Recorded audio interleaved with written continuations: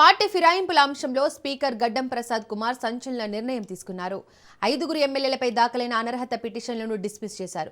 దీంతో పార్టీ మారినట్లు ఆరోపణలు ఎదుర్కొంటున్న ఎమ్మెల్యేలు తెల్లం వెంకట్రావు, బండ్ల కృష్ణమోహన్ రెడ్డి, ప్రకాష్ గౌడ్, గూడెం మహిపాల్ రెడ్డి, అరికెపూడి గాంధీకి ఊరట లభించినట్లయింది. 5 ఎమ్మెల్యేలు పార్టీ మారినట్లు ఎలాంటి ఆధారాలు లేవని స్పీకర్ ప్రసాద్ తెలిపారు.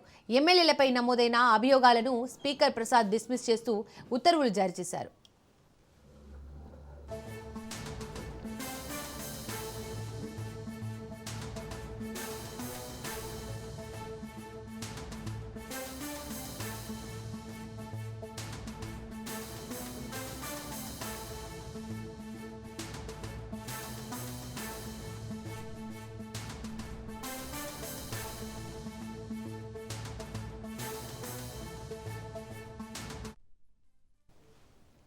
పార్టీ ఫిరాయింపుల అంశంలో స్పీకర్ గడ్డం ప్రసాద్ కుమార్ సంచలన నిర్ణయం ప్రకటించారు. 5 ఎమ్మెల్యేలపై దాఖలైన అనర్హత పిటిషన్లను డిస్మిస్ చేశారు. దీంతో పార్టీ మారినట్లు ఆరోపణలు ఎదుర్కొంటున్న ఎమ్మెల్యేలు తెల్లం వెంకట్రావు, బండ్ల కృష్ణమోహన్ రెడ్డి, ప్రకాష్ గౌడ్, గూడెం మహిపాల్ రెడ్డి, అరికపూడి గాంధీకి ఊరట లభించినట్లయింది. 5 ఎమ్మెల్యేలు పార్టీ మారినట్లు ఎలాంటి ఆధారాలు లేవని స్పీకర్ ప్రసాద్ తెలిపారు. ఎమ్మెల్యేలపై నమోదైన అభియోగాలను స్పీకర్ ప్రసాద్ డిస్మిస్ చేస్తూ ఉత్తర్వులు జారీ చేశారు.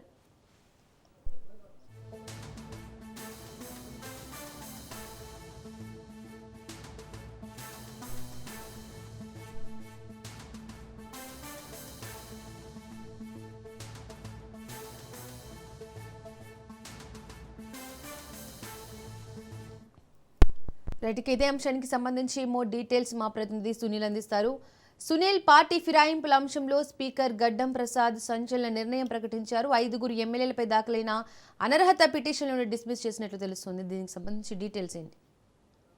ఖచ్చితంగా దాదాపు తెలంగాణ రాష్ట్రంలో ప్రస్తుతం ఇదే అంశము రాజకీయంగా తీవ్ర దుమారం రేపుతుంది. నిన్న మనం చూసాం, స్పీకర్ దాదాపు 5 ఎమ్మెల్యేలు పార్టీ మారినటువంటి ఆరోపణలు ఎదుర్కొన్నటువంటి 5 ఎమ్మెల్యేలు, అటు తెల్లం వెంకట్రావు భద్రాచలం ఎమ్మెల్యే కావచ్చు, గూడెం మహిపాల్ రెడ్డి కావచ్చు, మరోవైపు బండ్ల కృష్ణమోహన్ రెడ్డి కావచ్చు, ప్రకాష్ గౌడ్ కావచ్చు, మొత్తం అరికపూడి గాంధీ కావచ్చు, మొత్తం ఈ 5 ఎమ్మెల్యేలకు సంబంధించిన విషయంలో ఎలాంటి ఆధారాలు లేవు, పార్టీ మారినట్టు ఎలాంటి ఆధారాలు లేవు కాబట్టి బీఆర్ఎస్ వేసినటువంటి పిటిషన్ని కొట్టివేస్తూ నిన్న స్పీకర్ సంచలన నిర్ణయం కూడా తీసుకోవడం జరిగింది.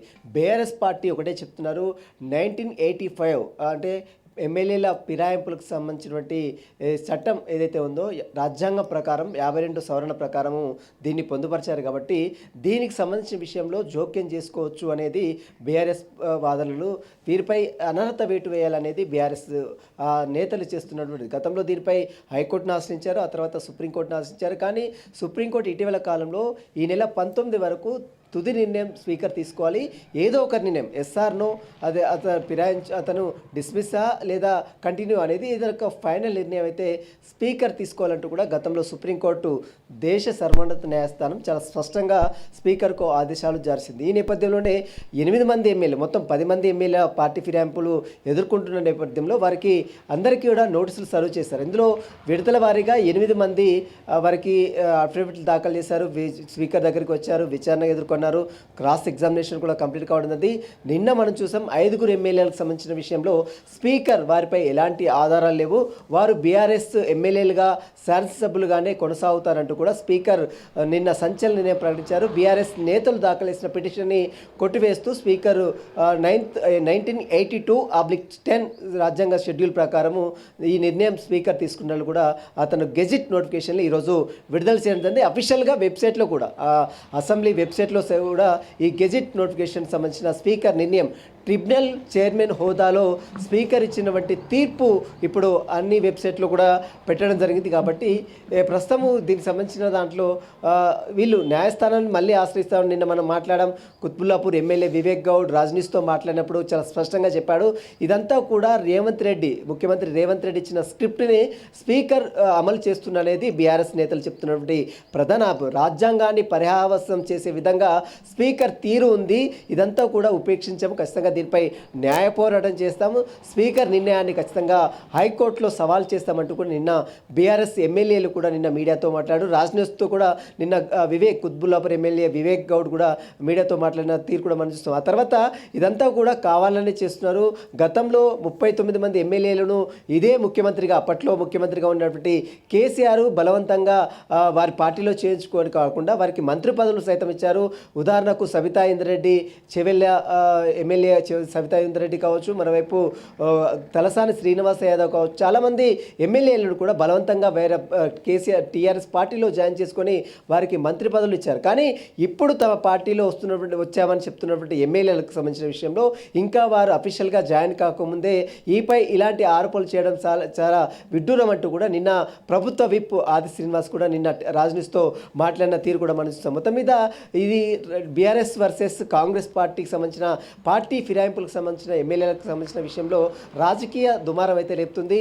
ఈరోజు మరి మరొక ముగ్గురు ఎమ్మెల్యేలు మనం చూడొచ్చు, సంజయ్ కావచ్చు, మరోవైపు కాళ యాదవ్ కావచ్చు, పోచారం శ్రీనివాస్ రెడ్డి కావచ్చు, ఈ ముగ్గురు విషయంలో మాత్రమే మరి స్పీకరు ఎలాంటి నిర్ణయం తీసుకున్నది కూడా రాజకీయంగా తీవ్ర ఆసక్తి నెలకొని చెప్తుంది. ఎందుకంటే నిన్న 5 ఎమ్మెల్యేలకు సంబంధించిన విషయంలో స్పీకర్ నిర్ణయం తీసుకున్నారు కాబట్టి అదే తీర్పు ఈ ముగ్గురు ఎమ్మెల్యేలు కూడా వర్తిస్తుంది అనేది అందరూ రాజకీయ వర్గాల్లో జరుగుతున్నటువంటి చర్చ. వీరితో పాటు మరొక 2 ఎమ్మెల్యేలు, ఖైరతాబాద్ ఎమ్మెల్యే దానం నాగేందర్ కావచ్చు, మరోవైపు స్టేషన్ గన్పూర్ ఎమ్మెల్యే కడియం శ్రీహరి కావచ్చు, ఈ 2 ఎమ్మెల్యేలకు సంబంధించిన విషయంలో కొంత టెక్నికల్గా వీరు పార్టీ ఫిరాయించినట్లు చాలా స్పష్టమైనటువంటి ఆధారాలు ఉన్నాయి. ఎందుకంటే ఖైరతాబాద్ ఎమ్మెల్యే కొనసాగుతూనే అతను బీఫామ్ తీసుకొని కాంగ్రెస్ బీఫామ్ తీసుకొని మరీ సికింద్రాబాద్ ఎంపీగా ఎన్నికల్లో సైతం పోటీ చేశాడు. కాబట్టి అతను ఖచ్చితంగా ఎమ్మెల్యే 1985 52 రాజ్యాంగ సవరణ ప్రకారము పార్టీ ఫిరాయింపుల నిరోధక చట్టం ప్రకారం అతను ఖచ్చితంగా వేటు పడాల్సినటువంటి పరిస్థితి ఎదురవుతుంది. కాబట్టి వారి విషయంలో మాత్రము స్పీకర్ ఇప్పుడు ఎలాంటి నిర్ణయం తీసుకుంటారని మాత్రము సర్వత్రా రాజకీయంగా తీవ్ర ఆసక్తి నెలకొని చెప్పవచ్చు. దానం నాగేందర్తో పాటు కడియం శ్రీ ఇద్దరు కూడా స్పీకర్కు కొంత సమయం కావాలని కోరారు. వారు అఫిడవిట్లు దాఖలు చేశారు. నిన్న మనం చూసాం కడియం శ్రీహరి కూడా తాను ఎక్కడ కూడా పార్టీ మారలేదు, తాను బీఆర్ఎస్ పార్టీలోనే ఉన్నాను, తాను ఎక్కడ కూడా పార్టీ మారలేదు, కేవలం రాజకీయంగా తను ముఖ్యమంత్రి అభివృద్ధి సంక్షేమ పథకాలకు సంబంధించిన విషయంలో కావచ్చు, తమ నియోజకవర్గానికి రావాల్సినటువంటి నిధులకు సంబంధించిన విషయంలో మాత్రమే ముఖ్యమంత్రి రేవంత్ రెడ్డిని కలిశాను, కానీ ఎక్కడ కూడా తాను పార్టీ మారలేదని నిన్న కడియం శ్రీహరి స్టేషన్ గన్పూర్ ఎమ్మెల్యే చాలా స్పష్టంగా మాట్లాడారు. కానీ అతను మాట్లాడమే కాకుండా అతను పార్టీలో గతంలో కలిశాడు, ముఖ్యమంత్రితో కండో కప్పుకున్నట్లు వీడియోస్ అదేవిధంగా కొన్ని క్లిప్పింగ్స్ కూడా బయటకు వచ్చాయి. ఆ తర్వాత తన కూతురికి ఎంపీగా టికెట్ ఇచ్చి మరి బీఫామ్తో గెలిపొందిన విషయంలో అతను అనేక సభల్లో సమావేశంలో ప్రత్యక్షంగా పాల్గొన్నటువంటి వీడియోస్ కూడా ఉన్నాయి. కాబట్టి వారి విషయంలో మరి ఇప్పటికే 8 మంది విషయంలో స్పీకర్ 5 పిటిషన్ డిస్మిస్ చేశారు. ఆ తర్వాత మరొక 3 పిటిషన్ ఇంకా పెండింగ్లో పెట్టారు. ఆ తర్వాత ఇప్పటి వరకు అఫిడవిట్ కూడా దాఖలు చేయనటువంటి 2 ఎమ్మెల్యేలకు సంబంధించిన విషయంలో స్పీకర్ ఇప్పుడు ఎలాంటి నిర్ణయం తీసుకున్నారు. ఎందుకంటే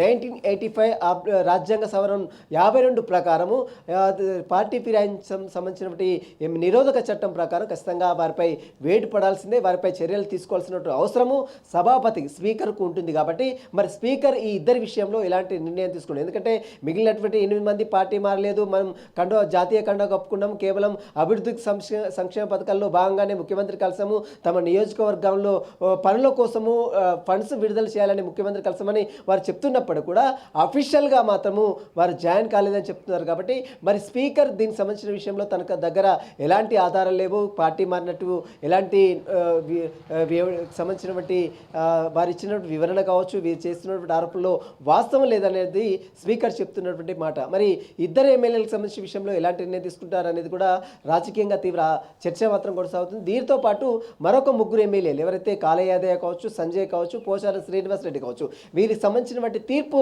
మరి ఈ రోజు ఇస్తారా, మరొక కొంత సమయం తీసుకుంటారా అనేది కూడా చూడాల్సింది చెప్పవచ్చు. మొత్తం మీద నిన్న ఇచ్చినటువంటి 5 ఎమ్మెల్యేలకు సంబంధించిన విషయంలో స్పీకర్ ఇచ్చినటువంటి విషయంపై ఈరోజు అఫీషియల్గా అసెంబ్లీ వెబ్సైట్లో ఒక గెజిట్ నోటిఫికేషన్ స్పీకర్ విడుదల చేయడండి. ఈ గెజిట్ నోటిఫికేషన్ సవాల్ చేస్తూ వీరు ఇచ్చినటువంటి తీర్పును సవాల్ చేస్తూ బీఆర్ఎస్ నేతలు త్వరలోనే రేపు లేదా ఎల్లుండి ఖచ్చితంగా హైకోర్టును ఆశ్రయిస్తామని ఇప్పటికే కుత్బుల్లాపూర్ ఎమ్మెల్యే వివేక్ రాజ్ న్యూస్తో మాట్లాడిన తీర్పు మనం చూసాం. కాబట్టి ఖచ్చితంగా న్యాయస్థానంలో ఆశ్రయిస్తారు.